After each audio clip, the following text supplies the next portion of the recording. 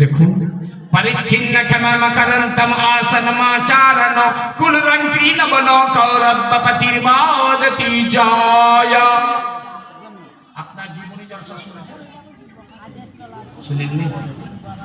এটা হযরত আল্লামা মাওলানা মরহুম তাইমুর সাহেবের খুব পুরানা জায়গা গো।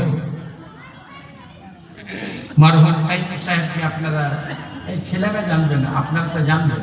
এসেছে, খুব এসেছে। হ্যাঁ, নদী শিক্ষা তো ওনার বিশেষ একটা জ্ঞান, বড় জীবনী বক্তা ছিলেন। হ্যাঁ, জীবনী বক্তা শুনিয়া হবেন। নবীর যখন বয়স, পার্থিব বয়স 35, কত? 35।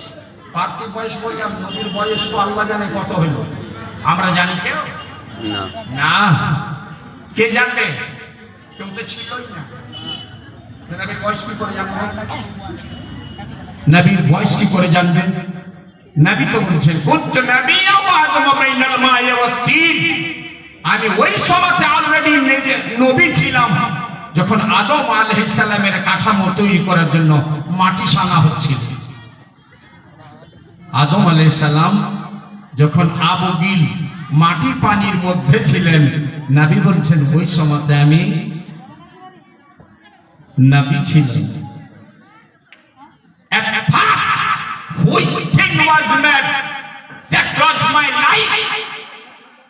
নবী বললেন সমগ্র পৃথিবী আমার নূরের তৈরি,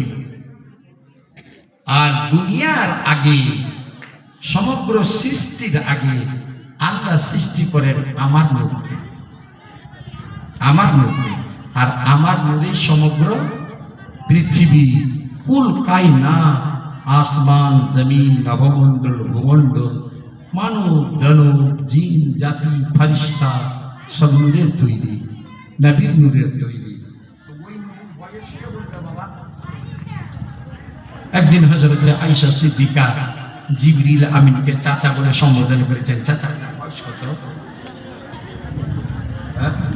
চাচা বলবে মানে আমি তোর বাপের ছোট, আমি তোর বাপের ছোট, আমাকে চাচা বলবে, মনটা ভারী, আমি তোর বাপের ছোট। নবী বলছেন যে এদিকে শোনো, তোমার বয়স কত? নবী বলছেন তোমার বয়স কত? বলে হুজুর আমার বয়স তো আমি বলতে পারবো না, তবে একটা জিনিস বলতে পারবো। কি বলবা? বলে 70 বছর পরে